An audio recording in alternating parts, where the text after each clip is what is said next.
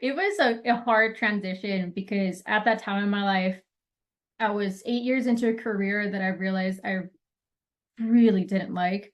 I had just come back from Malaysia from playing in a World Cup, and like I lived in a nice apartment, had like a good job and everything, and I wasn't happy. And I felt so guilty because like I technically had everything that I needed, and I stumbled upon copywriting through a Facebook ad. I actually started my business with very, very, very little copywriting experience. Like I had written like only blogs and only a handful of blogs at that point.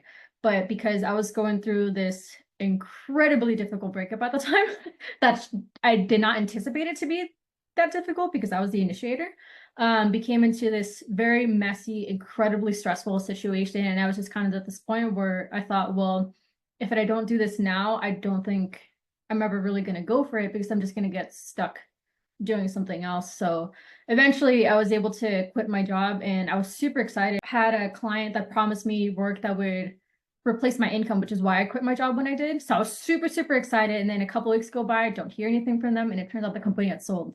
So now I had no clients, no money, and I was living by myself at the time. So it's like, oh shit, this is a lot.